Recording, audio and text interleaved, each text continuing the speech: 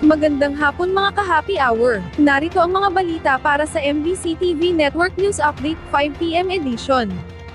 UCLGU palalakasin ang ugnayan sa mga Subdivision Homeowners Association. Palalakasin pa ng Quezon City Government ang ugnayan sa mga Subdivision Homeowners Association sa lungsod Quezon.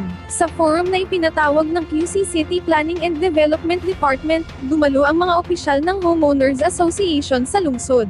Ayon kay Rodolfo Havalanyuk, presidente ng Samaka Village Fairview, mahalaga umano ito para sa pagkakaroon ng maayos at maunlad na komunidad, gayon din upang mas lalo pang maunawaan ng Homeowners Association ang mga plano at programa ng LGU. Sa pamamagitan nito, may parating ng HOA ang kanilang mga karaingan upang mabigyan ng agarang tugon. Ito po yung feedback mechanism ng mga homeowners association para dun sa city planning, makita din nila ano ba yung mga kulang, ano yung mga dapat, no? At yung city planning naman, ano yung may present nila mga plans and programs for the different HOA or different communities. Samantala, sa Showbiz Spotted, isang malungkot na balita. Batikang choreographer na si Ana Feliciano, pumanaw na sa edad na 65.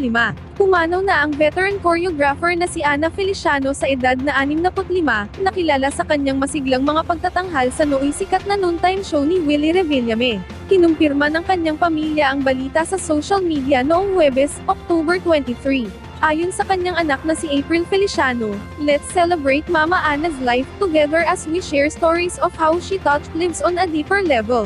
Ginanap ang wake ng yumaong choreographer sa Loyola Memorial Chapel sa Commonwealth, Quezon City kahapon, October 25, na may viewing simula 1:00 ng hapon, at necrological service sa ganap na 7:00 ng gabi. Hindi pa isinasa publiko ng pamilya ang sanhi ng kanyang pagkamatay, bagamat ipinahayag naman ng kanyang apo at ng mga kaibigan sa industriya ang pasasalamat sa pagmamahal at dedikasyon ni Feliciano, pati na rin ang kanyang kontribusyon sa telebisyon.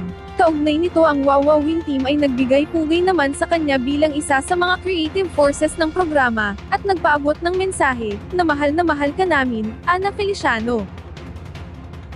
Sa MBC TV Sports, Anton Ignacio, inaasahang magdadala ng gintong medalya sa SEA Games 2025. Inaasahang magdadala ng gintong medalya si Anton Ignacio, 19 anyos sa larangan ng jet ski sa 2025 Southeast Asian Games, kung saan 4 na beses na itong naging world champion, at kamakailan lang ay nagwagi ng 2 title sa International Jet Sports Boating Association World Finals. Aminado si Ignacio na natakot siya noong una sumubok at nanatili lang sa swimming pool, ngunit sa tulong ng kanyang ama, isang dating national champion na ngayon ay kanyang coach, at ng kanyang ina bilang manager, nakamit niya ang kasanayan at kumpiyansa sa jet sports. Araw-araw niyang pinaghahandaan ang kompetisyon sa Subic Bay, kasabay ng pag-eehersisyo at pag-aaral. Sa kanyang unang SEA Games noong 2023 sa Cambodia, sinabi niyang ito ay isang warm-up lamang, ngayong handa na ang binata na makapaghatid ng ginto para sa Pilipinas sa susunod na SEA Games. "I'm really ready and I want to get that gold for the country,"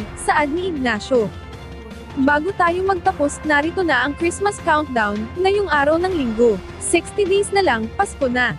At yan ang mga balita para sa MBC TV Network News Update 5 PM edition. Samahan ninyo kami bukas, mula 9:00 ng umaga, hanggang 5:00 ng hapon.